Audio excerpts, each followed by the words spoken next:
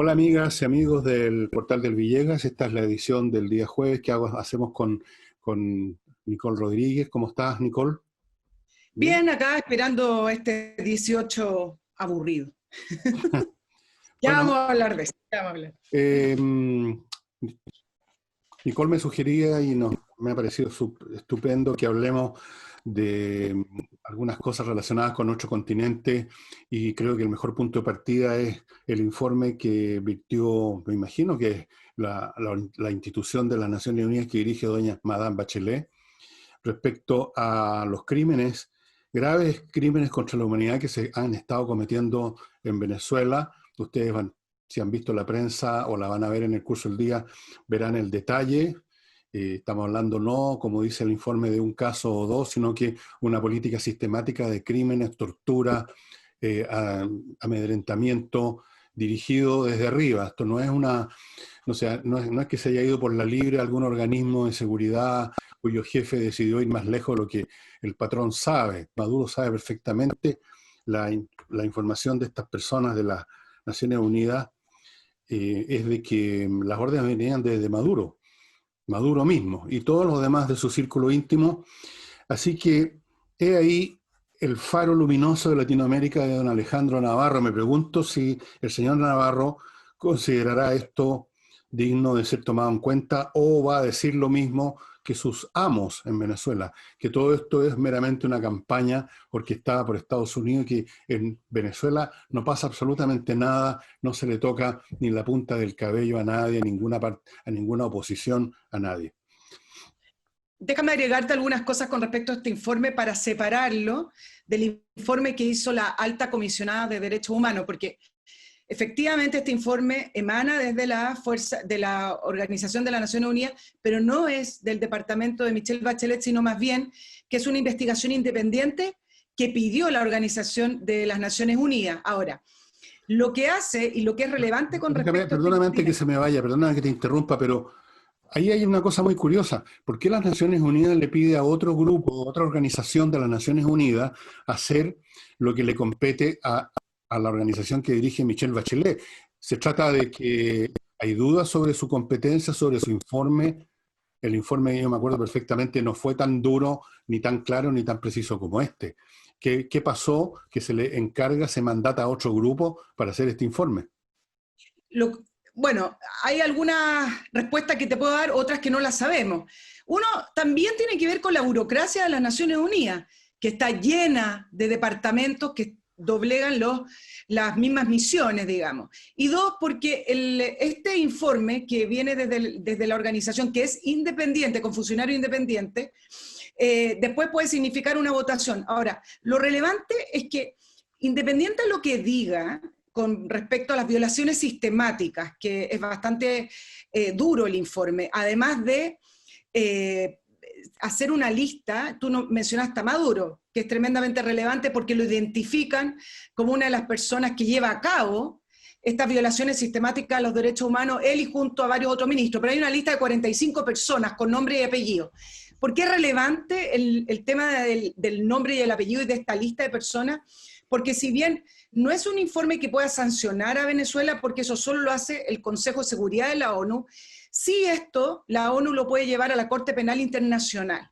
Y ahí es donde me quiero detener un poco, porque efectivamente la Corte Penal Internacional ya tiene varias demandas contra Venezuela y también contra Maduro, desde, por ejemplo, el año 2018, donde Chile junto a otros 5 países latinoamericanos, incluido Canadá, ¿sí? Hicieron una demanda contra Venezuela en la Corte Penal Internacional, y para que ustedes vean cómo funcionan estos organismos, recién ahí, por ahí en febrero del 2020 de este año dijeron, llevamos avances significativos. Son 2 años que ya lleva la Corte Penal con esa demanda y que no ha pasado nada. Junto a esa demanda está la demanda que lleva a cabo la Corte Penal por pedido de la Unión Europea, que es otra demanda por investigar a Maduro y sus ministros y su gobierno. Entonces, este informe es duro y es relevante por el tema de la identificación de los nombres y por decir que lo mismo que tú ya repetías, Fernando, que es decir, Nicolás Maduro no solamente es el jefe de este gobierno donde se ha cometido, sino que desde él se han emanado órdenes para cometer esta violación a los derechos humanos. Entonces, esto puede significar una tercera demanda contra Maduro y Venezuela en la Corte Penal Internacional. De ahí a que avance, de ahí a que tenga un efecto político, de ahí a que tenga una fuerza de poder quizás verlos a ellos en un tribunal defendiéndose o tras la reja, de ahí son otras palabras. Bueno, parece ser que estas supervisiones relacionadas con los derechos humanos implementadas por organismos internacionales solo son eficaces cuando los violadores son de cierto bando político, social, cultural. Lo hemos visto, lo hemos experimentado en Chile. Un carabinero no puede mover un dedo sin que le caigan encima inspectores que aterrizan desde Estados Unidos.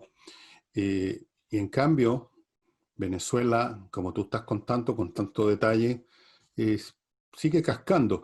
Me pregunto si va a reaccionar de algún modo la señora Bachelet, o va a mirar para otro lado, que es una de sus especialidades, no va a decir absolutamente nada. Recordemos lo que costó que ella fuera a Venezuela para su informe, costó muchísimo. Se la estaba presionando por todos lados y ella miraba para otra parte, más o menos lo que hizo acá en Chile con el tema mapuche. Finalmente fue y su informe fue 100 veces más suave que este. No hizo Dijo al contrario, como que estos organismos que abusaban, no entró en muchos detalles, actuaban por su cuenta. No sé si te acuerdas. Parecía como que no había habido control. O sea que a lo más había que pegarle unas cachetadas en la mano a Maduro por no tener más controlado a sus perros de presa. Pero acá están diciendo, no. Si el primer perro de presa es el propio Maduro. Bueno, Ahora, esto no va a tener ningún efecto, pues, efectivamente, ni cero. No veo por dónde, quién. Estos gobiernos supuestamente progresistas que van en la vía correcta al socialismo o no sé a dónde van, están exentos de pagar ningún precio. Los que pagan precios son el gobierno como el de nosotros. O se acusaron a Trump también, por supuesto, ahí sería una escandalera. Pero Maduro es un hombre que pertenece a la tribu de los progresistas y por lo tanto no solamente tiene aliados en los partidos, los movimientos políticos de otros países como en Chile, donde lo siguen adorando, sino que tiene aliados en otras partes también. Tiene aliados en Rusia, tiene aliados en China, que lo han estado apoyando. Tú sabes, si no fuera por el apoyo chino y ruso del último año, se habría derrumbado la economía totalmente. Lo han estado sosteniendo. Así, por ese lado, Venezuela va a seguir su curso. Déjame hacerte un punto con respecto a por qué podría no ocurrir nada aunque siguieran emitiendo estos informes. Bueno, alguien podría decir, bueno, esos informes pueden ayudar a profundizar el aislamiento de Venezuela desde el punto de vista internacional. Pero hay dos cosas con respecto al aislamiento. Uno, que siempre existen países que están dispuestos a tener relaciones comerciales y políticas con esos países que están aislados porque ven una oportunidad. Y eso es el caso, tú mencionaste a China principalmente, pero hay un país que ha sido gravitante en el caso de Venezuela, que es Irán, que en este minuto también está fuera de la órbita de los organismos internacionales. Y la influencia de Irán con respecto a Venezuela y la economía y el petróleo es extraordinaria. No solamente eso, recuerden que el único país de Sudamérica que tiene vuelo directo a Teherán es la aerolínea venezolana, y donde se han descubierto que nadie viaja por turismo a Irán, ni viceversa, pero sí se han visto agentes de Hezbollah en Venezuela y agentes de Venezuela en Irán, así como el intercambio de petróleo. Recientemente salieron las noticias de un buque que había traspasado la prohibición de comercializar con Irán, y sin embargo un buque iraní estaba ahí ya en los puertos en Venezuela. Entonces, desde el punto de vista de aislar a un país, a veces sirve, pero siempre existen países que estarían dispuestos a tener relaciones porque ven un beneficio, y ese es el caso de Irán y de China. Y por otro lado, para que estas instituciones internacionales sirvan, se necesita que ese país esté en democracia, porque resulta que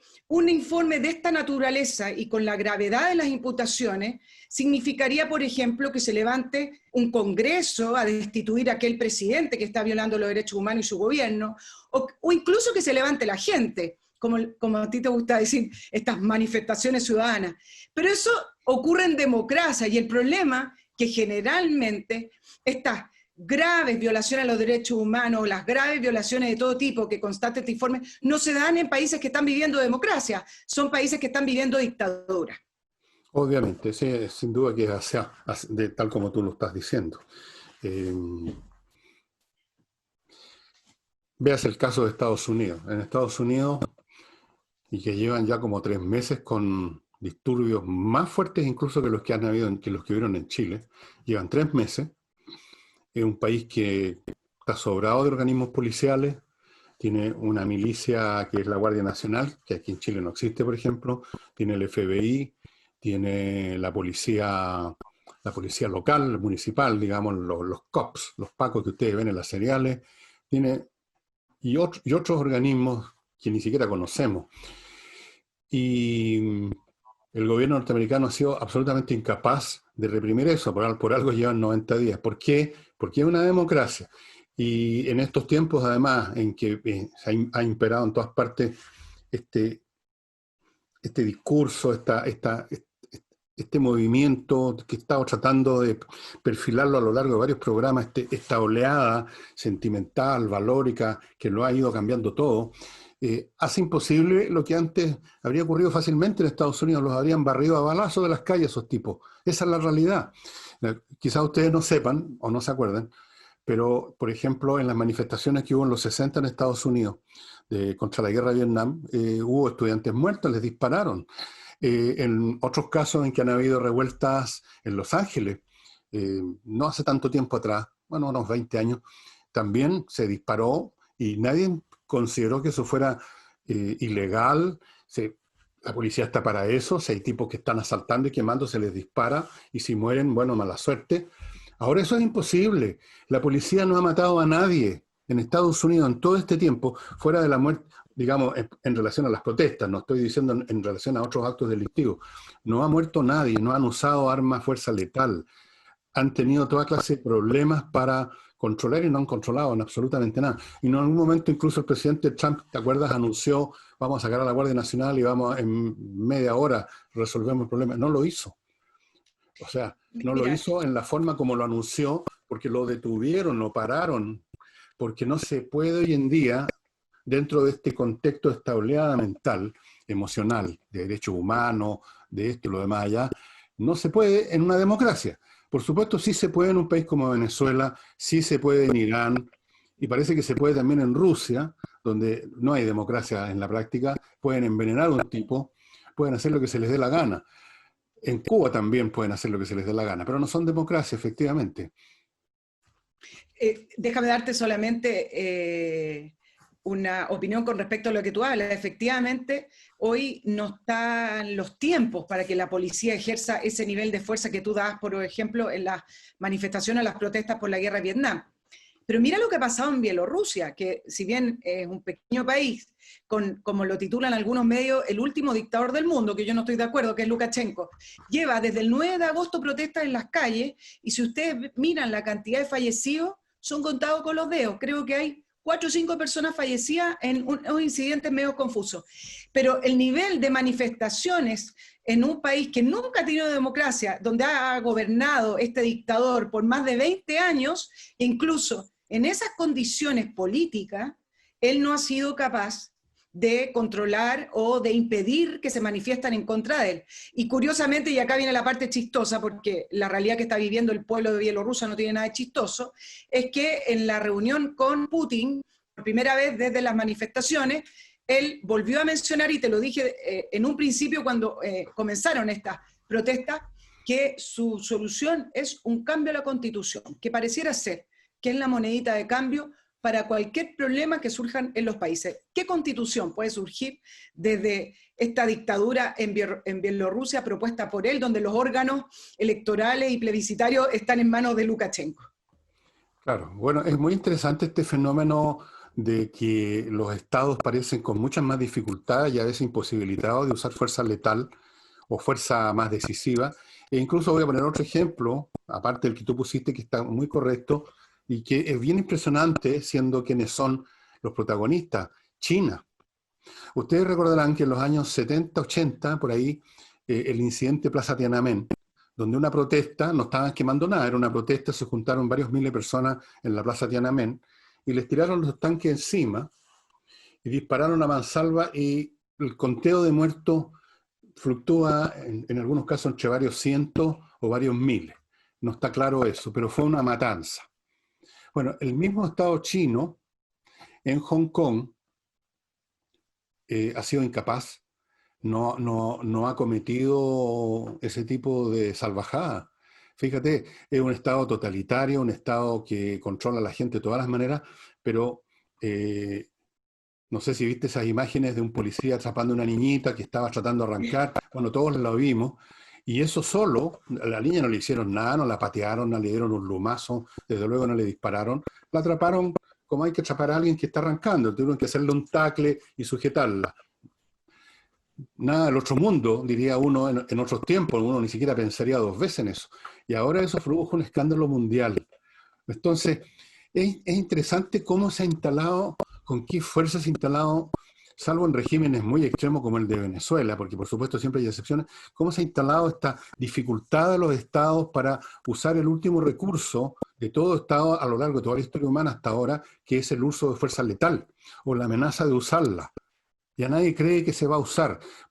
Eventualmente, como tú contaste, en Bielorrusia pueden haber 2 o 3 muertos porque a alguien se enfureció y apretó el gatillo. Pero ya no es una política sistemática, normal y esperable de que si hay una revuelta, digamos, que pasa a cierto grado de violencia, entonces todo el mundo esperaba en esa época que iba a haber una reacción brutal y nadie se asombraba de eso. Ahora sí, ¿por qué? Bueno, habría que examinar, pero eso es para otro programa. Al revés la cosa. ¿Qué condiciones hacen posible el uso de fuerza letal en condiciones normales y cuáles son esas condiciones para luego examinar si fueron desapareciendo una tras otra? Me imagino que una de esas condiciones es cierto anonimato. Cuando no hay tanta visibilización mundial como hay ahora, donde cualquier fulano con un simple teléfono de bolsillo puede enviar a todo el mundo las imágenes que haya alcanzado a tomar. Ese solo hecho, y no voy a nombrar más, hace una diferencia muy grande. En general, la violencia de los estados es algo que normalmente se lleva a cabo en secreto, en una mazmorra, a la sombra, ¿no es cierto? Acá en Chile, por ejemplo, recordemos en el gobierno militar, hubo algunos eventos en que se ejecutó literalmente a gente del MIR o de algún otro movimiento, el Frente Patriótico Manuel Rodríguez, y tenían el máximo cuidado de tratar de montar un escenario que justificara eso. ¿Te acuerdas? Que había ido un enfrentamiento, o simplemente se hablaba de que los tipos se habían ido, no los habíamos matado nosotros, sino que se fueron, están en Argentina. ¿Te acuerdas? Era, bueno, tú no habías ni nacido, pero en los primeros años del régimen militar, en los primeros regímenes militares, se hablaba de los desaparecidos, de ahí viene el término. No se decía, los matamos en un enfrentamiento o por lo que sea, sino que desaparecieron. No había tomado responsabilidad el Estado como autor. Siempre ha sido complicado esto de matar, de reprimir, pero se hacía. Ahora, desaparecieron las condiciones, parece ser, porque la gente no es más buena que antes, los estados no son más buenos que antes. Es simplemente que las condiciones parece que ya no facilitan ese ejercicio, digamos, esa última razón que es la fuerza letal. Efectivamente, y te quiero agregar un factor adicional a eso, pero también creo que habría que hacerse la pregunta, y esto no es porque uno esté a favor de la violencia y de que los estados puedan matar a quien quieran. La pregunta también que surge en esta realidad es cuánto pueden aguantar las democracias con estados que efectivamente al final no pueden hacer uso de la potestad que es del monopolio de la fuerza, porque eso implica también ingobernabilidad. Si la gente sabe que al final de cuentas todo el sistema policial que está en la calle es una mera imagen, porque al final no te pueden hacer nada, entonces, ¿cuánta gobernabilidad tienen esos países bajo ese sistema o bajo esa noción? Pero déjame agregarte además un factor que me parece también relevante en el término de por qué han ido desapareciendo las condiciones, quizás para dispararle a una manifestación que incluso está produciendo destrucción y violencia. el anonimato no solamente desde el punto de vista de la grabación, sino que también la masificación de las aglomeraciones en torno a grupos o masas de personas que no tienen una estructura jerárquica y no tienen un líder. Y perdona que vuelva al ejemplo de Bielorrusia, pero me sirve perfecto para graficar lo que quiero decir. Comparaban con las protestas que se realizaron en Bielorrusia hace 4 años atrás, cuando Lukashenko nuevamente ganó las elecciones por un 90%, resulta que la oposición salió a la calle a protestar.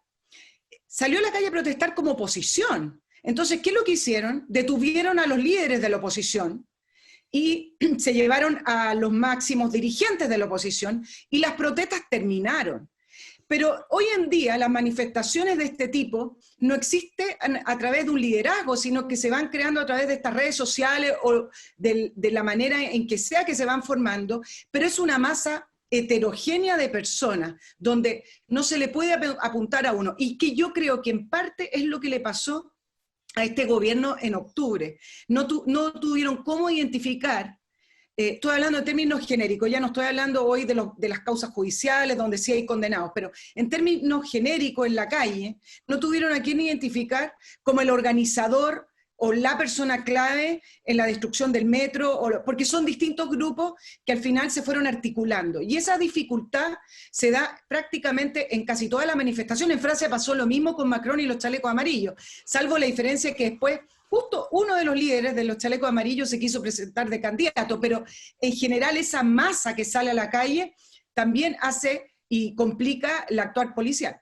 Por supuesto, es difícil decapitar una cabeza que no existe, pero igual, con o sin cabeza, si los que participan en la primera o segunda marcha ven que se está disparando y que están cayendo muertos a su alrededor, te aseguro que no salen para la próxima marcha.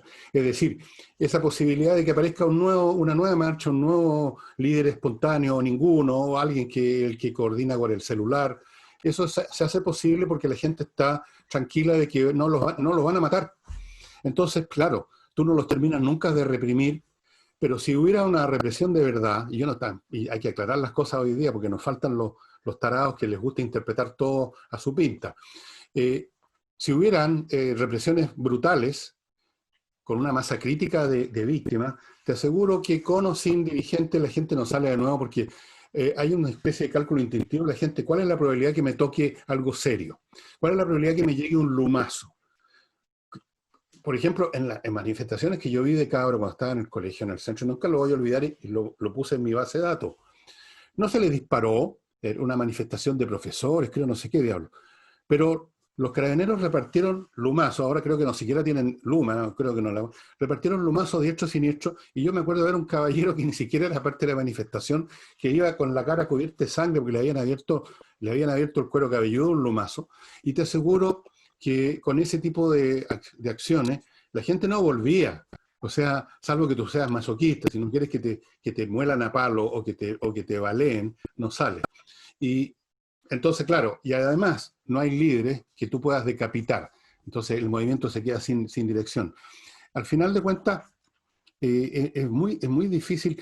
El tema que tú mencionas, yo lo he tocado, no sé si en este programa, pero antes incluso, que lo he llamado el problema del control social hoy en día. Que a lo largo de toda la historia humana, del principio de la época de las cavernas, probablemente cuando si te portabas mal te pegaban con un hueso brontosaurio en la cabeza, hasta el día de hoy, el orden, el mantenimiento del orden social se ha basado en gran parte en el conocimiento de que el Estado tiene la capacidad de pegarte un balazo o matarte de alguna forma. Te van a mandar las legiones encima o te van a mandar la caballería, los cosacos, pero te van a poner en riesgo tu vida. Y así ha sido a lo largo de generaciones. La gente que no conoce la historia de Inglaterra, por ejemplo, yo les recomiendo que vean una película que creo que está en Netflix, en alguna que se llama Peterloo, de una represión que hubo, debe haber sido por allá a principios del siglo XIX, por ahí, cuando había mucho movimiento político en Inglaterra, habían varios movimientos medio revolucionarios, y fueron baleados a destajo y se acabó la revolución en Gran Bretaña y nadie se asombró. Vean ustedes la historia de Peterloo, es muy interesante. Pero ahora eso no se puede. Entonces, claro, tú sales, si no te va a pasar nada, Incluso si te detienen, ¿qué es lo que sucede ahora? Te detienen y al otro día estás libre. O el fiscal dice que no hay pruebas suficientes, estás libre. Y vuelves a tu casa o a tu población convertido en un mártir, en un héroe. O sea, saliste ganando incluso que te detuvieran. Eso es lo que está sucediendo. Ahora, me imagino que las sociedades van a encontrar otros medios no letales de controlar a la gente, que es un poco lo que pasa en China. ¿Tú has visto, Nicole, esos documentales sobre cómo funciona la supervigilancia de la gente en China? Hay unos muy interesantes. Es muy impresionante. Bueno, de Tú ahí sales de, viene, tú sales de tu casa y ya estás siendo traqueada por una cámara, saben lo que has comprado, con quién hablaste. Entonces un día si te portas mal, pierdes punto y te encuentras con que no puedes sacar el boleto del metro, que no puedes, tu tarjeta, porque todo es con tarjeta en China, tú tuviste, ya tuviste. No puedes comprar nada, no puedes sacar plata del banco, te convertiste en un paria mientras te portes mal. Entonces, por allá va la cosa. Yo creo que van a encontrarse otros métodos, se están desarrollando para controlar a la gente a nivel individual, cosa que nunca antes se había logrado en la historia de la humanidad. por eso China no ha permitido el ingreso de aplicaciones tecnológicas, salvo las que se desarrollan en China, porque a través de ellas es que mantienen ese control que tú dices. Allá el dinero físico prácticamente no existe, allá todo se paga a través del celular. Es bastante impresionante. Y efectivamente, así como la tecnología les da cierta agilidad a los procesos y les da cierto bienestar a las personas, es que el gobierno también ha logrado entrar en la individualidad de cada persona. Ahora, déjame agregarte un tercer punto con respecto al uso letal de la fuerza. Como tú das el ejemplo en el siglo XIX en Inglaterra. Inglaterra tenía unas manifestaciones y unas protestas en su historia bastante violentas. Hay varias secuencias de procesos en Inglaterra con muertos en manifestaciones. Bueno, el factor que te quiero agregar a esto son los organismos internacionales, que es nuestro primer tema del día, porque antiguamente, si un Estado cometía a lo mejor Como China. o pasaba a llevar los derechos humanos en una manifestación o trataba de controlar una revuelta por temas políticos o por temas económicos y ocurrían muertes, no existía más allá de que alguien opinara, y que no se solía opinar, sino que a lo mejor una carta diplomática, etc. Pero hoy en día con los organismos internacionales involucrados en las realidades de cada país y manifestándose con posiciones claras con respecto a esto, también es un impedimento para que los países que están en este circuito de estos organismos puedan hacer lo que consideren necesario quizás para mantener el orden. Entonces, el tercer ingrediente en esta cuota de ingobernabilidad quizás también son efectivamente los organismos internacionales que al revés fueron creados para que el mundo tuviera mayor gobernabilidad. Mira. Claro, y podemos agregar más ingredientes, este es un tema fascinante. Por ejemplo, creo que lo he tocado, bueno, lo voy a tocar de nuevo. Hay un proceso invisible muy potente y que se nota en toda la historia humana en ciertas fases, cuando uno lo estudia con algún cuidado, y es que se va produciendo una acumulación ideológica y valórica, en virtud de la cual ciertas conductas que en un momento parecían absolutamente banales de todos los días, empiezan a repugnar, empiezan a ser rechazadas y por lo tanto desaparecen de la práctica y la sociedad pasa a otro nivel. Por ejemplo, voy a poner un ejemplo súper simple. En la Roma republicana y imperial existía el circo, el famoso Coliseo, donde habían combates de gladiadores, o sea, tipos que a veces eran no dos o tres, eran cientos, que eran enviados a matarse unos a otros. O había un fenómeno, un espectáculo que se llamaba venaciones en latín, que era unas luchas ficticias entre tipos con arcos, con lanza o con espada, contra animales, matanzas de animales. ¿Tú te puedes imaginar, Nicole, que hoy en día, dado el nivel, los valores que más o menos son válidos casi en todas partes, pero especialmente en Occidente, tú podrías organizar una pelea de gladiadores o una matanza masiva de animales? Imposible, porque se ha acumulado en el desarrollo de la cultura humana, que lentamente, pero va, entre comillas, progresando, se ha acumulado una actitud mayoritaria en virtud de la cual es simplemente imposible. Es imposible. Hasta en España el toreo ya está siendo visto con mucho rechazo por un montón de españoles. el toreo, donde se mata a un toro, no es nada más. Y de todas formas, todos los días se matan a muchas vacas en los mataderos.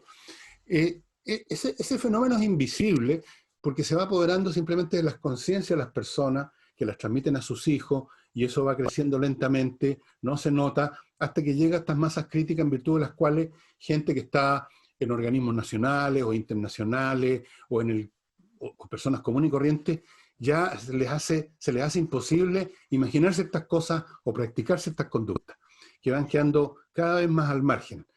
Recordemos que aquí en Chile existían peleas de perros, existían peleas de gallos, existían un montón de cosas que ahora es imposible, están prohibidas hace tiempo. Tenemos una ley ¿cómo se llama esta ley? La ley Cholito, sobre los animales. O sea, la sensibilidad humana, por decirlo de una forma bien simplista, se va haciendo más sensible, más sofisticada, y conductas que hace 100 o 1000 años eran normales, la matanza de animales, la matanza de personas, la tortura, hasta el siglo XIX a los ajusticiados los colgaban en público y la gente iba como un espectáculo a ver la ejecución, ¿no es cierto? Hasta que empezó la horca a ser trasladada al recinto carcelario, ya no era un espectáculo que valiera la pena ver, y luego posteriormente se acabó. Y entonces casi en todas partes del mundo se ha ido terminando con la pena de muerte. Entonces eso también influye. Ya no es cuestión de simplemente dispararle a una multitud por mucho daño que esté haciendo. Se hace mucho más difícil que antes. Y esos tipos con esa mentalidad están en las Naciones Unidas, están en todas partes, y por todos lados entonces hay presiones que dificultan, que eliminaron esta, por así decirlo, indiferencia ante la vida que existía antes y que permitía el maltrato a los animales, las matanzas, las peleas de gladiadores, dispararle a una muchedumbre, tirarle los tanques encima. Todo eso se hace cada vez más dificultoso, y creo que por la misma razón, aquí ya me voy a atrever a especular, se hace más difícil las guerras. Las guerras. Estamos más armados que nunca y estamos menos dispuestos a la guerra que nunca. Esa es la verdad. Por todos lados hay unos pinitos que llegan hasta ahí y luego se retrocede porque ya la idea de una masacre en gran escala se hace cada vez más inaceptable. Todavía puede ocurrir y ocurre, pero se hace cada vez más difícil. No sé si compartes mi visión, Nicole. Bueno, y esas presiones que se van acumulando, que comienzan con un buen motivo, con un buen horizonte de hacer quizás de este mundo algo mejor, hoy en día, y si la proyección sigue de esta manera, son bastante asfixiantes para la autonomía y la individualidad de las personas. Comienzan con un buen motivo, pero la manera en que se han ido desarrollando y se han ido imponiendo al final, si uno los analiza, son tremendamente castradoras de la opinión personal y de la reflexión individual. Entonces, también creo que en algún minuto, siempre hablamos de estos péndulos y estas dinámicas que van teniendo la sociedad. Me gustaría estar viva para ver hacia dónde deriva este péndulo en el cual no se puede opinar o no se puede tener una opinión disidente. Así como se exaltó la individualidad en un minuto y así se logró también el desarrollo del liberalismo y de las democracias. Hoy en día, incluso viviendo en democracia, la individualidad está desapareciendo, pues si al final dar una opinión o decir algo o tener un grupo minoritario que no piensa como supuestamente piensa la mayoría, yo no creo que existan esas mayorías en todo caso, la gente es lapidaria con esas personas. O sea, tú hablas de la horca, bueno, hoy la horca existe a través de las redes sociales, no es física, pero sí por lo menos a través desde el punto de vista social. Oye, me acordé, tú hablabas de los toros, imagínate lo que pasó con el rodeo. Ahora no van a haber fondas, pero hace ya varios años que se critica que existe rodeo y pobres animales, ¿no? Muchos casos como ese. Acá se están diciendo que es un deporte, en todo caso. Muchos casos. Bueno, ese péndulo va a pasar. O sea, estos movimientos tienen una fase como extrema, delirante, y luego, como además los seres humanos no estamos hechos para esos esfuerzos emocionales tan permanentes por mucho tiempo, salvo en 2 o 3 locos de atar, y las cosas retroceden bastante y al final de todo ese proceso quedan unos cuantos avances, pero no tan extremos como lo que quisieran los activistas de estos movimientos siempre. O sea, uno lo observa en todos estos procesos que hay un cierto repliegue, pero no se vuelve el punto inicial. Se quedan un montón de cosas como conquistadas, llamémoslo así, y luego se vuelve a la normalidad, ya no hay tanto extremismo, ya no hay tipos como en la época al principio del cristianismo que se retiraban al desierto a darse latigazos. No, las cosas se van achanchando un poquito, porque afortunadamente los seres humanos no tenemos capacidades para estar en un estado de exaltación, como en los romances. Como decía un dramaturgo español, el amor eterno dura 3 meses. Más o menos los 3 meses ya tanta pasión y tanta laraca, como que no estamos hechos para resistir eso. Déjame pasar ahora a mi primer bloque comercial. Una lástima eso. No estamos hechos para esas cuestiones. Estimado, si usted quiere que sus hijos o sus nietos o sus sobrinos o sus niños monten en su mente un buen sistema operativo para ser buenos estudiantes y eventualmente en el futuro personas más inteligentes, profesionales más exitosos, póngalos a jugar ajedrez. Realmente es una excelente disciplina, mucho más que un juego, y para esos efectos yo lo aconsejo que entre a espacioajedrez.com, y si no tiene la caja con las piezas, con lo que se necesita para jugar, la compre ahí, porque además trae licencias, cosa que no va a encontrar en una caja que compra en una librería, licencias para entrar a espacioajedrez.com. También tienen el reloj, que ustedes ya lo han visto, no se lo voy a mostrar de nuevo, para que el juego sea más interesante. Si usted ya tiene el tablero, puede comprar el reloj, puede comprar las dos cosas, una sola. Los dos productos traen 3 licencias. Una dentro de la caja, en un documento, en un papel, y las otras se las envían por mail. Y si tienen ustedes un problema, un conflicto que va a terminar en una corte, pero un conflicto civil, ojo, no estoy hablando de que valió a su señora o cosas como esa, un conflicto civil normal, pero que son igual jodidos y tienen que ir a un tribunal, póngase en manos de Salinas y Ojeda. Son un bufete especializado en casos civiles, y como son especialistas, se conocen el asunto al revés y al derecho de taquito y tienen una muy buena tasa de éxito. Si usted está disputando con alguien en temas de herencia, temas de divorcio, temas de contrato, no se ponga en manos a cualquier abogado que a lo mejor lo va a dejar en pelota de plata y sin ningún buen resultado. Póngase en manos de Salinas y Ojeda, vaya al sitio de ellos, consúltelo, salinasyojeda.cl. Siempre en lo legal, los documentos en Chile. ¿Quién no tiene que ir por lo menos una vez al año a la notaría a hacer algún papel? ¿Sí o no? ¿Sí? Sí. Entonces, yo le sugiero que no vaya más a la notaría a instalarse horas. Simplemente entre a notariospress.cl, ahí usted determina el papel que quiere. En la página va a haber un huequito donde usted pone que quiere un permiso para que mis hijos menores puedan viajar, lo que sea. Inmediatamente le van a pedir los datos necesarios para eso. Paga ahí, la información va a dar a la notaría más cercana a su casa. Todo lo que usted tiene que hacer es ir a la notaría, firmar y retirar el papel. Más fácil imposible. También le tramitan transferencias de vehículos sin que usted tenga que ir al registro civil. Así que, picho caluga, como se decía cuando yo era un nene de 4 años. Y finalmente en este bloque, Lago Club, estimados amigos, un detergente desarrollado en Chile, de muy buena calidad, que además tiene un montón de ventajas. Viene en un envase muy grande, de 10 litros, que le dura mucho tiempo. Se lo van a dejar a la casa, se lo reponen en su casa, es biodegradable, es hipoalergénico. ¿Quién más? Además, en Lago Club le están ahora ofreciendo, si usted quiere, y normalmente todo el mundo la vacía ahora, un frasco con suavizante y aromatizante. O sea, la ropa queda suavecita y oliendo bien. Lavoclub.cl, eso es todo, estimados amigos. Y ahora vuelvo con mi colega y amiga Nicole Rodríguez para continuar estos temas. Creo que tú querías hablar de la corrupción en Latinoamérica. Sí, me iba a ir ahora a otro tema, pero si seguimos en Latinoamérica, claro que sí. Y a propósito de la corrupción en Latinoamérica, y tú mencionabas el informe de Michelle Bachelet, me parece que es interesante una noticia que publicó El País de España con respecto al nexo del ex viceministro de Energía de Venezuela en la época de Chávez con Chile. ¿Y por qué?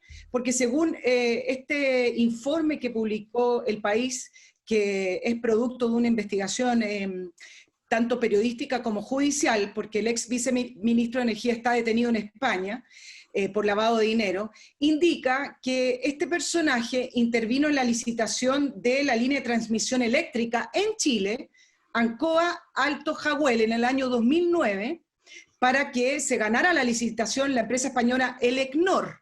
Y eso fue en el periodo de Michelle Bachelet. Y ahí en ese informe hacen el nexo de cómo esta empresa, junto con otras empresas españolas, firmaron un acuerdo con Venezuela. Y si a ustedes les interesa leerlo, está en el libro, pero me parece interesante porque siempre en Chile ha estado por la tangente el tema de la corrupción a nivel latinoamericano, y nunca en realidad hemos tenido una investigación seria. Miren lo que ocurrió con Odebrecht y el caso Lava-Jato, donde nuestro fiscal nacional viajó a Brasil a entrevistarse con el gerente de OAS, quien sí confirmó que había dado recursos o dinero a Martelli, quien recaudaba para la campaña Michelle Bachelet, pero resulta que nuestro fiscal nacional con la fiscal Jimena Chang regresaron de Brasil sin mayor información porque no existía la delación compensada, entonces no podemos seguir investigando. Bueno, acá en Chile algo de información existe, está por ahí, pero en realidad nunca hemos tenido nada concreto con respecto a qué nexos latinoamericanos de corrupción han habido entre los gobiernos o entre empresas y entre concesiones. Bueno, acá hay una investigación bastante seria del diario El País, donde hace este nexo entre Chile, Venezuela y el ex viceministro de Energía, donde en teoría por las boletas habría recibido alrededor de 3,5 millones de euros por haber hecho ganar en la licitación a la española Elecnor, acá en Chile. Eso es un ejemplo. Bueno, sí, estamos repletos. Yo fíjate que he llegado a la conclusión que la corrupción es un estado natural de las sociedades. No es algo, una especie de enfermedad que le ocurre a una sociedad o a otra en un momento dado, sino que es lo normal. Da la naturaleza humana, amiga de llenarse los bolsillos, de aprovechar las oportunidades, cosa que es universal, no sea propia de todos los seres humanos, salvo San Francisco, supongo, San Agustín, quizás no tengo idea, a lo mejor también estaba corrupto. Él mismo en sus confesiones cuenta una vez que se robó unas manzanas en un huerto. Creo que la corrupción es intrínseca y lo que diferencia simplemente a una nación de otra o a la misma nación en distintos periodos del tiempo son dos cosas. Si hay algo donde meter mano y si hay condiciones para hacerlo institucionales. Si no hay ninguna de esas dos cosas, el país puede incluso jactarse que es honesto, como hacíamos nosotros hace 50 años atrás, cuando este país era súper pobre, cuando el Estado no tenía ni uno, vivía endeudado, cuando era muy simple la maquinaria estatal, era difícil, digamos, hacer las cosas a escondidas o buscar subterfugios, como hacía esa jueza, ¿te acuerdas? Los subterfugios, las artimañas, los ardides. Entonces, éramos todos honestos porque no teníamos nada que robar, pues sí, es muy simple. Pero toda sociedad que se enriquece, y esto hay ejemplos de la antigüedad clásica, no voy a hablar de los romanos, voy a hablar de los espartanos. Cuando Esparta, que era una ciudad espartana, pues de ahí viene el término espartano, austera, los tipos hacían alarde de su austeridad, se dedicaban solamente, todos los hombres, se dedicaban a entrenar todo el día para la guerra, comían una porquería, digamos, en un rancho, digamos, bueno, cuando empezó a llegar el oro persa, a raíz, más o menos en el siglo V, a raíz de las guerras con Atenas, se corrompieron todos. Lean ustedes las vidas paralelas de Plutarco y otros. Se corrompieron porque había dinero, y el dinero es muy tentador para la gente, porque el dinero es equivalente a todas las cosas ricas de la vida. Para los hombres, palacios, viajes, mujeres, minas, baños calientes, todas las cuestiones. Para las mujeres, ropa, cosméticos, no sé, por lo que sea, según los tiempos. Entonces, somos, por así decirlo, todos intrínsecamente corruptos cuando se dan las condiciones y cuando hay. Y lo vemos en todas partes del mundo. Si aquí no hay ningún país que se salve. Lo que pasa es que uno no sigue con tanto detalle la política en la Unión, qué sé yo, en la Unión Europea o en Estados Unidos, pero está repleto. La corrupción ronda por todos lados y es lo natural y lo normal. Y hoy en día más que nunca, porque el mundo es muy rico, las sociedades son mucho más ricas, los estados son mucho más complicados, las burocracias son de una sofisticación enorme. Están los elementos digitales que permiten robar de otras formas. Se han creado nuevas oportunidades para meter la mano en el cajón. O sea, ahora el cajón no es un cajón, no sé cómo llamarlo, ¿cómo llamarlo? No sé cómo llamarlo, pero... Es un enter en el computador, es simplemente... Es un espacio digital donde uno mete la mano y saca por todos lados, ni siquiera billetes, sino que monedas... Ustedes ven. Mira. Todos los días ustedes reciben seguramente en su celular falsos mensajes que si ustedes caen como chorlitos, digamos, les van a sacar plata por algún lado. Entonces, ¿Qué pasa con Latinoamérica? Nada muy distinto a lo que pasa en otras partes, y si hay un poco más, es porque nuestras estructuras institucionales lo permiten y lo han permitido siempre. Nunca América Latina desarrolló, salvo Chile hasta cierto punto, una institucionalidad realmente sólida. Ahora, mientras fuéramos pobres, la única forma de meter mano en lo poco que había era hacer un golpe de Estado y convertirte en el tata, en el dictador, en el jerarca, y novelas sobre eso. Él y su círculo robaban todo lo que podía y después salían arrancando. Ahora hay mucho más, es más complicado, podéis meter la mano, pero las instituciones en América Latina siguen siendo mucho más frágiles. La ley aquí no tiene el peso que tiene en otras partes. La ley la gente se la pasa por el forro de los pantalones. Por eso que aquí se inventó esa frase de que se inventa la ley, se inventa la pillería o algo así, ¿no? Déjame. Entonces, claro, entonces en un continente como este, con estados frágiles, lean Historia de Latinoamérica, lo que costó la formación del Estado en forma, como se llama, salvo en Chile, por un tema muy particular, que aquí el Estado se formó más rápido. En Argentina, en Brasil, vean ustedes cómo se formaron esos estados, cómo eran. La ley y las instituciones son muy frágiles. Mira, el caso de México es como para ponerlo en un libro de texto. Ahí, cuando se fundó el Partido Revolucionario Institucional, que es una contradicción en los términos, después de la revolución de Pancho Villa y todo eso pistolero, digamos, de mostacho, se crearon las condiciones para robar incluso cuando no había nada que robar casi, porque la institucionalidad era muy frágil, porque era meramente, los gobiernos eran simplemente el líder a cargo con su banda de pistoleros, eso era. Y las leyes eran un artefacto puramente teórico, escrito por algunos ideólogos inspirados en los franceses, en los europeos, pero que era meramente un artefacto, un adorno jurídico. Los estados eran simplemente máquinas de exacción. El caso del peronismo en Argentina es otro caso, y así podría seguirte nombrando. Así es que no hay nada más de particular, salvo que aquí hay condiciones especialmente adecuadas para la corrupción. Tú sabes que en Japón, una nación súper moderna, una de las potencias económicas, la corrupción es tan brutal que forma parte casi de la institucionalidad oficial. Se llama Yasuka o Yakuza, algo así. Me contaba un amigo que estuvo en Japón, que en la noche no se atrevía a salir del hotel, pensaba que lo iban a cogotear, digamos, lo iban a robar, un extranjero, un turista. Y el tipo del hotel le dijo, no se preocupe, esta ciudad está en manos de tal grupo que maneja el negocio de la prostitución y todo lo demás, y a ellos no les interesa que haya desorden, así que ellos mismos se encargan de sacar del mapa a los cogoteros, digamos, a los delincuentes menores, el delincuente que de calle. Así que usted puede estar tranquilo porque el robo y la corrupción están en otro plano, no en el plano de los cogoteros y los lanzas. Así que salió tranquilo, no le pasó nunca nada, efectivamente. O en Estados Unidos lo que pasó con la mafia, se institucionalizó en Las Vegas, recuerda. Entonces, Las Vegas es un negocio nacido del negocio de las putas, del licor, de todas esas cosas, y se institucionalizó. Y los dueños de los casinos y de toda esa máquina de diversión, donde tú vas ahí a que te esquilmen, básicamente a eso, son el hijo, no sé si legítimo o ilegítimo, de la mafia. Y en Estados Unidos la corrupción también es brutal, pero tiene otra forma, tiene otra, digamos, un poco como en Chile. En Chile se roba pero con cuello y corbata, digamos, a esto en las alturas. Se roba, como decía un amigo mío, conforme a la ley. No, está bien. La corrupción siempre va a existir y siempre ha existido, pero efectivamente lo que hace la diferencia es si hay instituciones fuertes. Claro. Y Chile se ha ido atrás. Chile no ha querido. Tú nombras varios países, pero en esos varios países por lo menos hay muchísimos casos de personas de alto nivel, no solamente políticos, sino que también económicos que están condenados. Pero en cambio en Chile ve que no hay condena para nadie. Mira en Perú, nosotros que nos jactamos en un minuto, ya no lo somos, de ser los más desarrollados y los jaguares de Latinoamérica. Perú tiene a 5 expresidentes, bueno, Alan García falleció, pero tiene a 5 expresidentes procesados y detenidos por corrupción. Mira el caso de Brasil, con el caso de Lula, que hay actualmente una nueva denuncia contra Lula da Silva por blanqueo de dinero, por donaciones también de la constructora Odebrecht, pero es una nueva arista que salió hoy, hace poquito.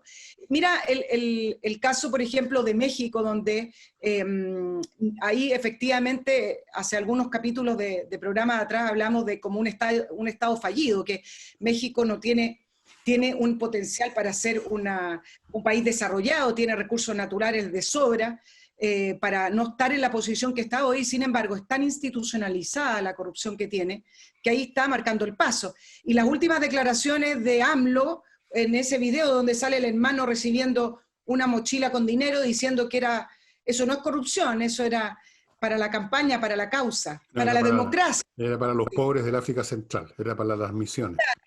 Exacto. Y la diferencia que creo que se da acá en Chile es que no tenemos instituciones fuertes para investigar la corrupción. Esa es la diferencia. En Latinoamérica, con la corrupción que tiene, han avanzado en cierta... Yo creo que han avanzado en castigar a algunas personas, y eso mismo indica que la corrupción es muy grande todavía. La corrupción es una enfermedad, puede que haya médicos que meten un poco más el bisturí y en otras partes menos, pero la corrupción sigue existiendo. En Brasil no ha desaparecido la corrupción porque metieron preso al Lula. En Perú no ha desaparecido la corrupción porque han procesado a 5 presidentes. Claro, es diferente, por lo menos desde el punto de vista, digamos, de la impresión que tiene el ciudadano común. Es preferible ver que persiguen por lo menos algunos de estos tipos a que no persigan a ninguno, como en Chile, bajo el gran auspicio de las fiscalías que tenemos ahora, que están preocupadas de grandes temas de seguridad nacional.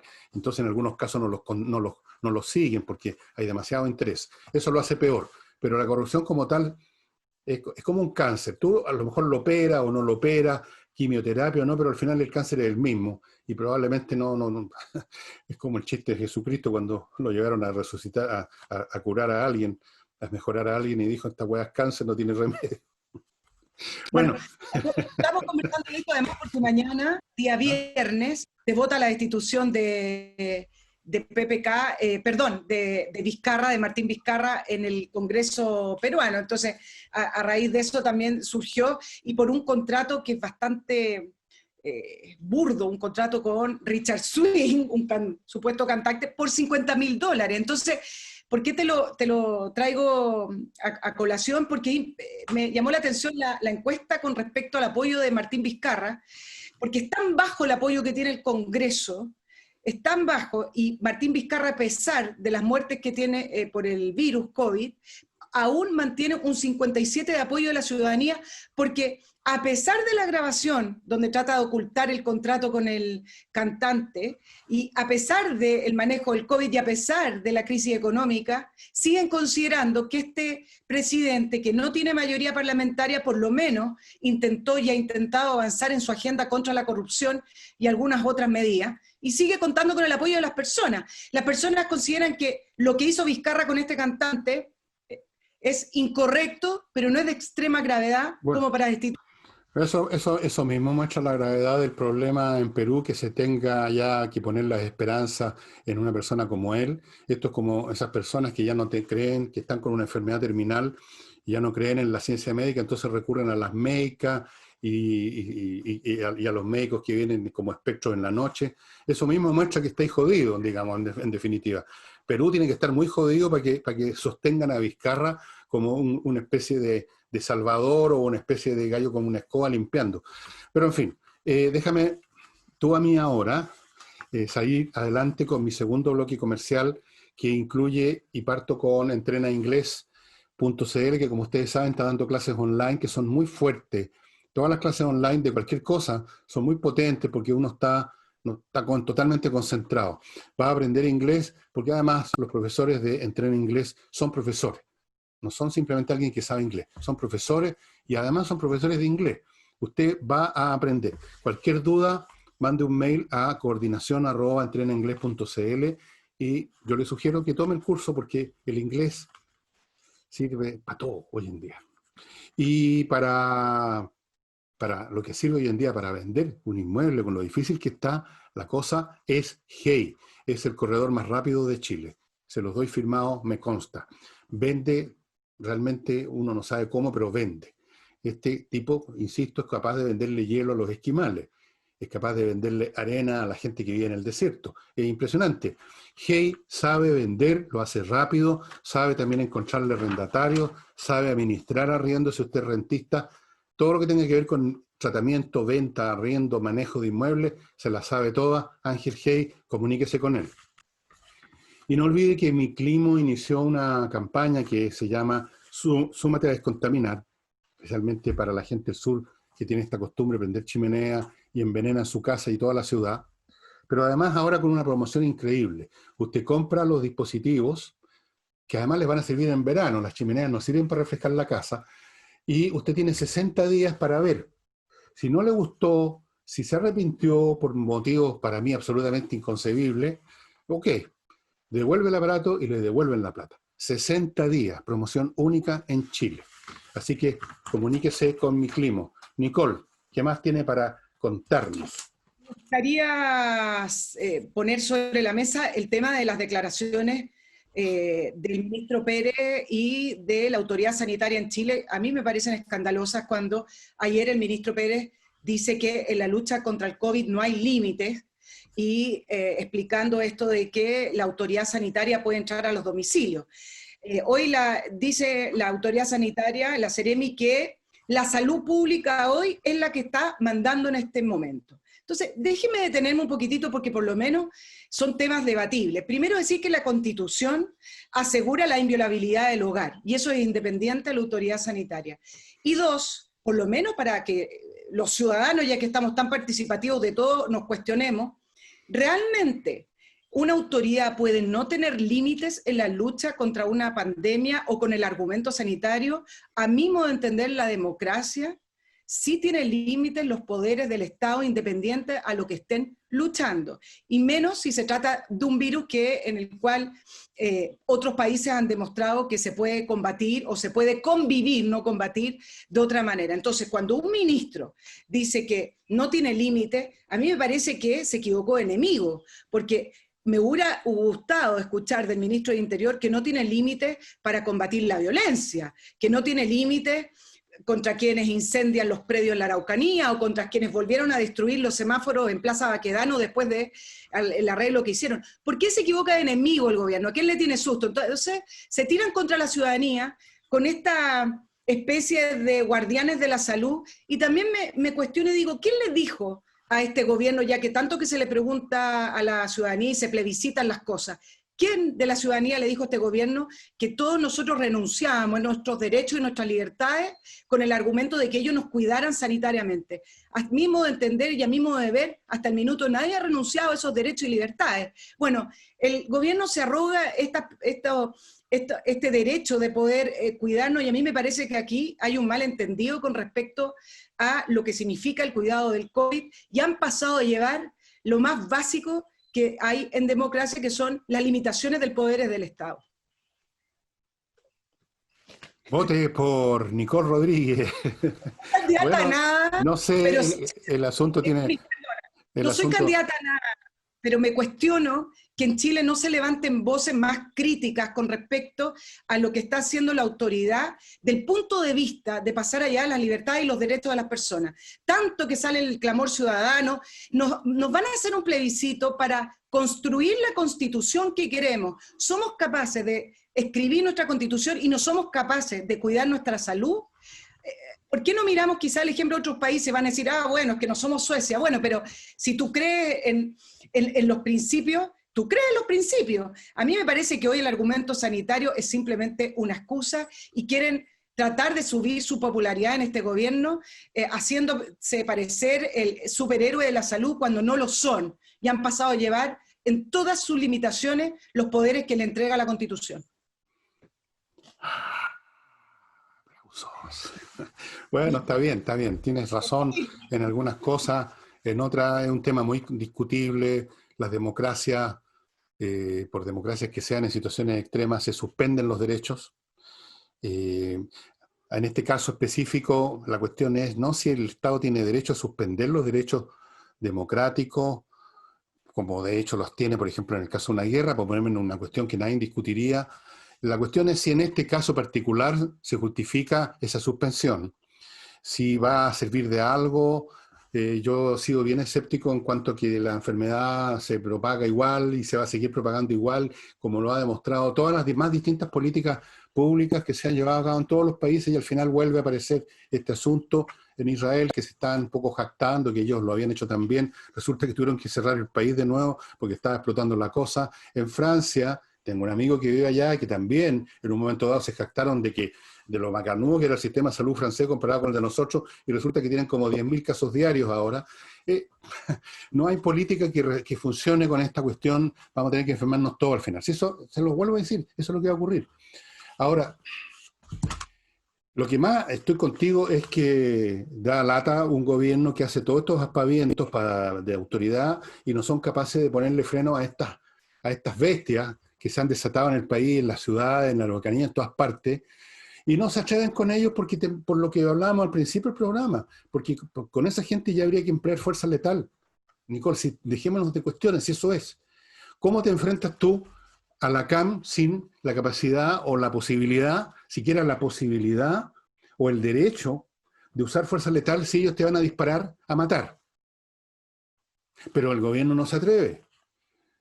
Tampoco se atreve a enfrentar aquí a los grupitos estos que salen a destruir en las ciudades, porque basta con que la represión, como la llaman, así que a mano pelada los carabineros, o por último con un chorro de agua, con lacrimógena, inmediatamente si se les pasa un poquito la mano, o alguien dice que se les pasó la mano, vienen 450 quejas a la Contraloría, llegan los niñitos de izquierda de los Institutos de Derechos Humanos, como lo hacen permanentemente.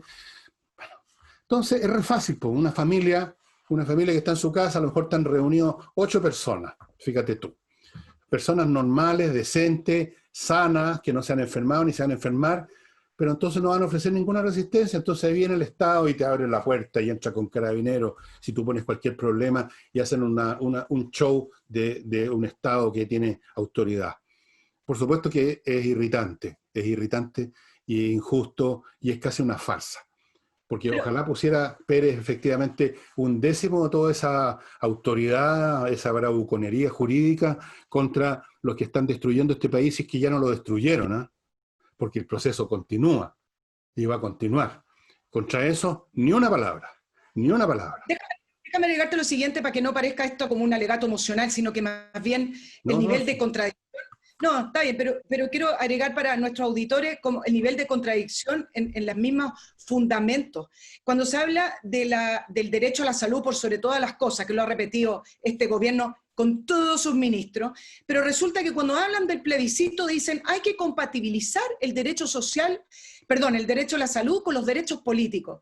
Entonces, resulta que ese es el único derecho político, fíjate, que prima o que puede convivir con el cuidado de la salud. ¿Por qué no hacemos algo distinto y compatibilizamos el cuidado de la salud con todo el resto de nuestros derechos y hacen una campaña educacional para que convivamos con este virus que no se va a ir ni mañana, ni pasado, ni en medio año más, y así podamos vivir tranquilos con nuestras libertades y nuestros derechos y compatibilizamos aquello? ¿Por qué solo hay que compatibilizar el cuidado de la salud con un derecho político que es una votación? Y déjame agregarte algo más. Déjame agregarte algo más. Este gobierno está muerto de miedo que le saquen el argumento a decir que como hubo un brote en el 18 de septiembre, es porque el gobierno no quiere realizar el plebiscito. Acuérdate que parte del retroceso del gobierno con el plan del 18, donde se iban a otorgar mayores libertades, tiene que ver con un argumento que por ahí asomó la cabeza, que fue, este gobierno espera un brote y así tener un argumento para cancelar el plebiscito. Con un gobierno con miedo que nos cancela nuestras libertades y nuestros derechos, solo porque no son capaces de ejercer la potestad del poder o de poder enfrentarse argumentalmente con la oposición, a mí me parece que estamos finalmente capturado por la clase política. Y para cerrar un poquito, y te entrego el pase, me parece además la segunda contradicción gigante, en pleno proceso de discusión de contenidos de la Constitución, si tú le preguntas, y revisando el decálogo del presidente, donde ahí movió los tableros, y personas de Chile Vamos, y tú le preguntas qué tipo de Estado quieren, bueno, ellos te describen un Estado que permita la individualidad, la autonomía, que permita el desarrollo personal. Bueno, ese no es el Estado que está ejerciendo hoy sobre la población. Entonces ustedes me podrían decir y reclamar, bueno, Nicole, estamos en una emergencia. Bueno, y con el argumento de la emergencia y con el argumento de la excepcionalidad, ¿cuántas emergencias podríamos tener en un futuro? Si ellos creen en un tipo de Estado, y es el Estado que supuestamente quieren escribir en la Constitución, bueno, háganlo presente hoy, porque hoy ellos son el Estado. Entonces, no pueden querer escribir un tipo de Estado para la Constitución, pero al momento de ejercer el poder y enfrentarse a una emergencia, funcionan como un Estado totalitario, o como dijo el exministro Mañalich, ante una... ¿cómo fue la palabra exacta? Dictadura sanitaria. Bueno, el gobierno tiene efectivamente miedo, y la prueba de ello es que si son tan celosos de la salud al punto que están dispuestos a entrar en las casas donde a lo mejor hay 10 personas en vez de 5, debieran haber suspendido el plebiscito, donde se van a juntar millones de personas, pero no se atreven. Aquí está el tema del miedo, sí, lo has dicho tú, lo he dicho yo creo que lo ha dicho otra gente. Miedo. Si dicen vamos a postergar el plebiscito, porque es absurdo, pues si nosotros creemos que este asunto es decisivo y es final y es absoluto, la salud, y estamos dispuestos incluso a entrar a casa a desarmar una reunión de 6 personas o de 7 porque se pasaron de los 5, entonces con mayor razón tenemos que prohibir el plebiscito, tenemos que postergarlo o eliminarlo. Pero no se atreven porque saben que eso produciría otra salida a las calles de la primera línea y toda esa gente, y saben a su vez que ellos no van a ser capaces de controlarlo porque están cagados de miedo. No se atreven, ya lo demostraron, si no necesitan más demostraciones. Entonces caen en esta contradicción, están dispuestos a que se celebre un evento con millones de personas juntos, más pegados a lo que estamos nosotros en el living de nuestras casas, mucho más pegados, más juntos, aglomeraciones en recinto. Eso no es problema, porque tenemos que respetar los derechos políticos, pero no se respetan los derechos de las libertades personales porque eso es más fácil, no hay ningún problema, nadie se va a resistir, tú no vas a quemar tu propia casa si vienen a entrarte los inspectores con carabineros, ¿no es cierto? Entonces, la cobardía y el oportunismo están presentes. Déjame terminar ahora el último bloque, antes de lo último que yo quería dar una buena noticia, por lo menos alguna cosa buena, porque estamos todos hasta aquí de puras malas noticias. Controller, amigo, si usted tiene una empresa y tiene la sospecha o la seguridad que están dando mal su departamento de gestión, cualquier área que tenga que ver con gestión, póngase en manos de Controller, que es una empresa que se encarga de investigar cómo funciona el asunto, encontrar los puntos malos, darle los consejos debidos y dejar su empresa funcionando perfectamente. Aquí están los contactos, contáctese. Y para los que tienen kilómetros acumulados y que no han podido viajar y no van a viajar en mucho tiempo, más vale que los vendan, porque de repente se los van a eliminar en la empresa aérea. Ojo, esto es así. Entren a kmmillas.cl y le van a comprar sus kilómetros. Conviertan los kilómetros en plata antes que se conviertan en humo, estimado amigo. Y para invertir en Estados Unidos, usted ya sabe, sin moverse ni siquiera del país, ni siquiera de su casa, entre a invierta en USA.cl y ahí tienen toda clase de oportunidades en bienes inmuebles y en bienes muebles. Franquicias, 3.500 franquicias de otras tantas empresas o actividades comerciales, terrenos, casas, departamentos, en todo Estados Unidos. Fuera de eso, le consiguen, si usted quiere, una cuenta corriente en un banco norteamericano o una visa de residencia en Estados Unidos como inversionista. Invierta en USA.cl. Y la noticia buena que quería dar es algo que yo mismo dije casi desde el primer día, que cuando empezó este tema de la pandemia. En los primeros programas les dije, Nostradamus 1.1, que el desastre económico no iba a ser tan grande como andaban los gurúes, los especialistas en fin de mundo, que se viene el mundo abajo, uno dijo que el mundo iba a retroceder 100 años, puras huevas, perdónenme. La Organización para el Desarrollo y la Cooperación Económica ha dicho, ahora examinando las cifras con la cabeza y no con la guata, que no va a ser tan malo el 2020, fíjense, no va a ser un desplome del 50%, del 80%, va a ser una caída en promedio, hay países más, hay países menos, 5%. Es harto, por supuesto. Hay países que crecen un 5% al año ahora. vamos a decrecer un 5%, pero no es el fin del mundo. Y yo les voy a seguir diciendo, no me extrañaría que esta misma organización u otra en un mes más dijera lo que yo también dije hace tiempo, que no solamente no nos vamos a desplomar al abismo, sino que el crecimiento después va a ser súper rápido, porque se están creando una serie de condiciones para nuevos desarrollos rápidos, que no están saturados los mercados como en actividades convencionales. Todo lo que tiene que ver con el comercio online y un montón el teletrabajo, actividades nuevas que uno los ve aquí en el país, nuevas empresitas que surgen para dar servicio. Todo eso multiplíquelo por 1000, por millones, y vamos a tener una economía que va a salir bastante rápido, y yo le puedo dar hasta el año en que eso va a ocurrir, el próximo año. A mitad del próximo año ya van a estar todos hablando de la recuperación económica milagrosa. Se van a haber acabado los fin de mundo, que viene el fin del mundo, que haga las maletas. Eso. ¿Sabes lo que me parece milagroso? Que Chile tiene esa capa intermedia de la sociedad que funciona a pesar de nuestra querida élite política y de nuestro parlamento y de nuestro mundo político. Es una capa que tiene una fuerza gigante y uno los ve cómo levantan sus negocios, que a pesar de leyes y proyectos que van en contra de la iniciativa privada, en contra de la inversión, ahí la gente trata de levantarse. Primero porque no queda otra, y segundo porque me parece que en Chile hay una capa muy desarrollada de profesionales que se la pueden, y que si existiera un terreno un poco mejor, y con terreno me refiero a las leyes que se implementan y las medidas que se implementan para la reactivación, si fuera un poco mejor, nosotros nos despegaríamos nuevamente de las cifras bastante mediocres que tenemos. Efectivamente, lo que tú das a conocer hoy es una buena noticia económica. El punto es cómo Chile se va a posicionar en esa reactivación, que a lo mejor va a ser más rápida, pero cómo nos vamos a posicionar nosotros, porque así como leíamos la semana pasada, en la recuperación no está asegurada, y solo marcando el paso con el crecimiento que hemos tenido al 2%, 1,2%, vamos a alcanzar a pagar los intereses de la deuda del Estado. Entonces, el punto es cómo nos vamos a posicionar en esa reactivación que se está proyectando. Yo creo que va a haber una reactivación, y dije el próximo año, porque después a su vez puede ocurrir el 22, el 23, el 24, que si ciertas fuerzas políticas que están ahora presionando la izquierda, si la izquierda llega a adquirir aún más fuerza y llega a gobernar este país, yo les garantizo que ahí sí que, como en el mejor de los casos, nos vamos a estancar y vamos a volver a esas condiciones iniciales de país chanta, que no crece, el país del cual mencionaba Sebastián Edward, que como que estamos volviendo a la casilla inicial. Eso. Así que yo digo el 2022, porque todavía el 2022, supongo yo que va a estar gobernando el señor Piñera, porque les voy a contar un rumor que he escuchado en varias partes, y se los voy a tirar para que ustedes lo mediten.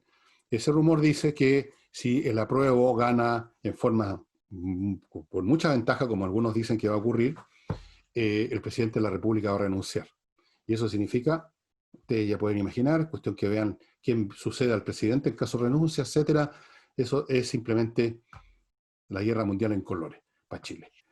Eso es un rumor, y me lo habían advertido otras personas que según ellos tienen ciertos poderes especiales para ver el futuro, y yo no le dice mucha pelota. Bueno, vamos a ver qué pasa.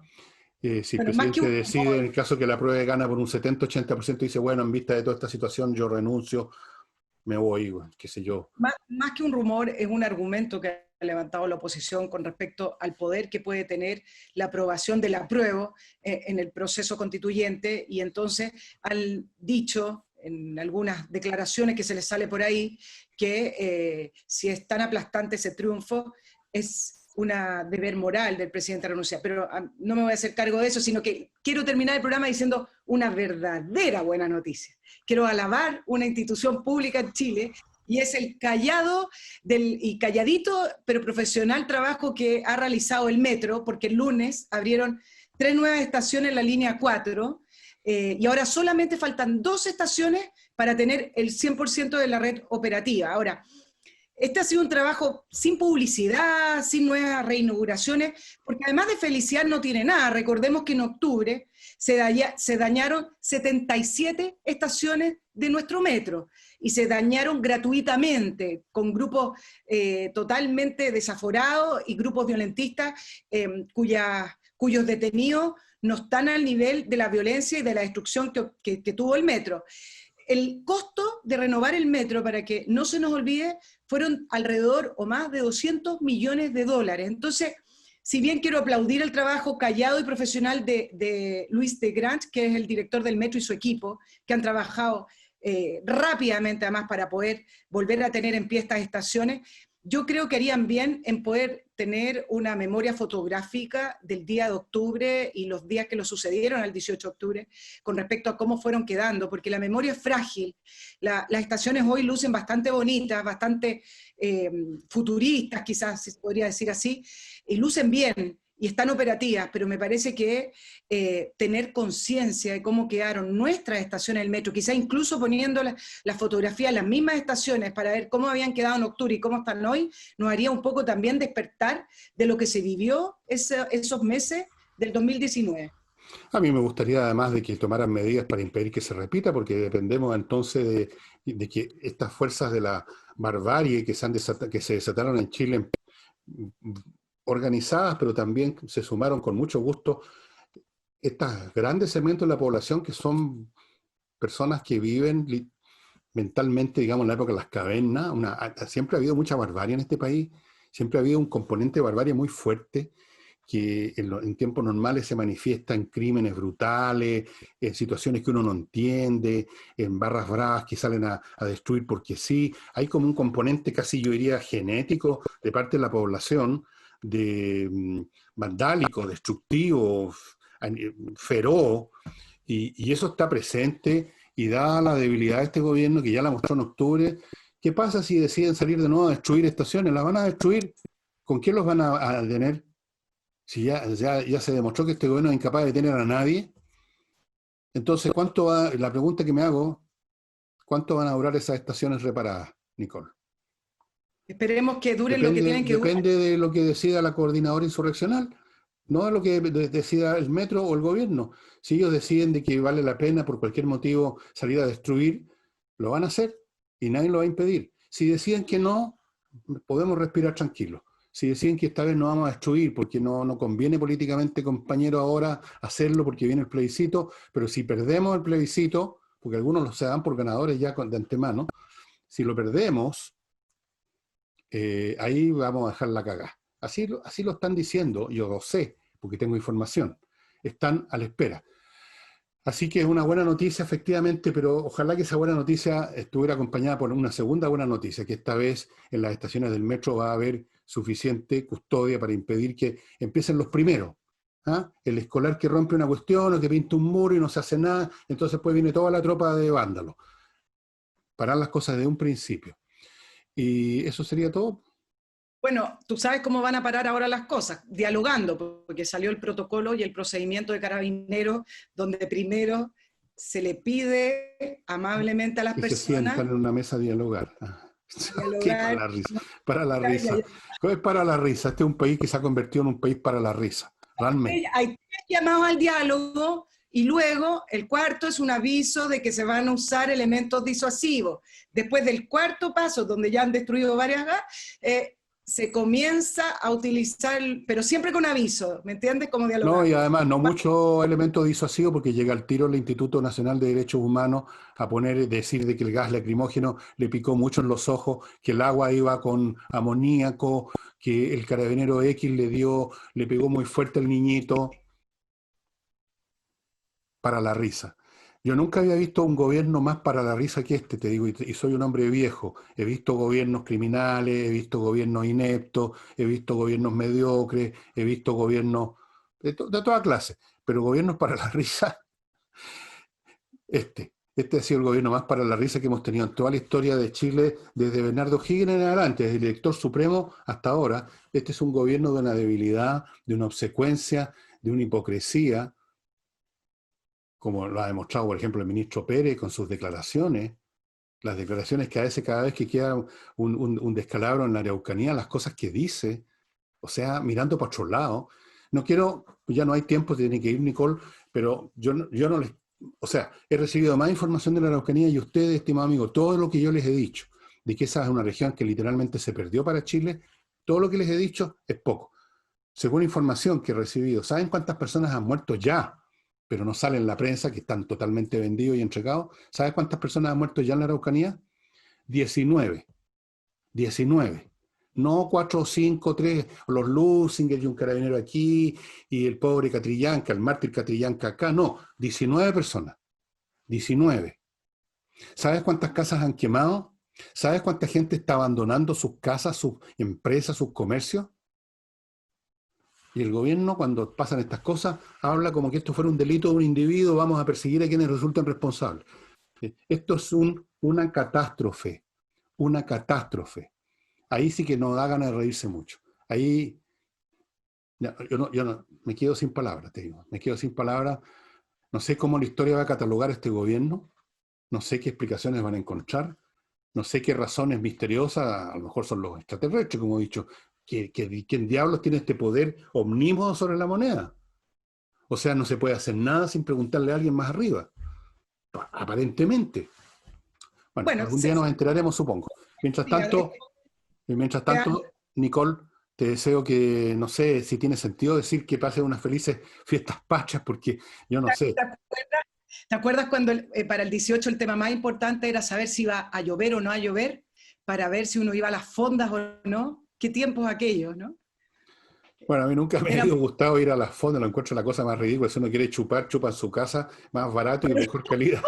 no es Pero para sí, eso, es pero para entiendo que a pasear, la gente le gusta salir hombre, hombre. a la gente le gusta salir y salir para allá y salir para acá, ok, tienen todo el derecho y yo benévolo los dejo, pero ahora no van a poder y además cuidado, no se junten mucho en la casa que en una de esas llegan estos inspectores de derechos humanos o de los derechos del COVID con media docena de carabineros y se le meten y le comen todo lo que tengan en el buffet además, a la pasadita.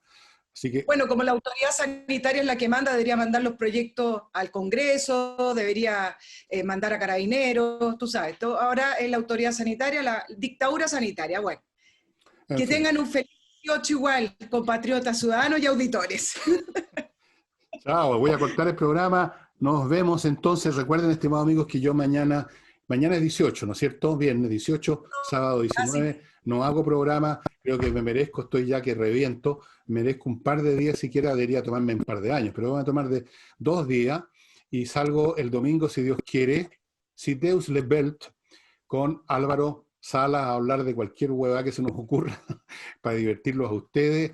Y luego continúa la semana en forma normal, el lunes, martes, sigo en lo mío, hasta que me desplome aquí en el escritorio. Y eso sería todo. Un gran abrazo y nos vemos entonces el domingo.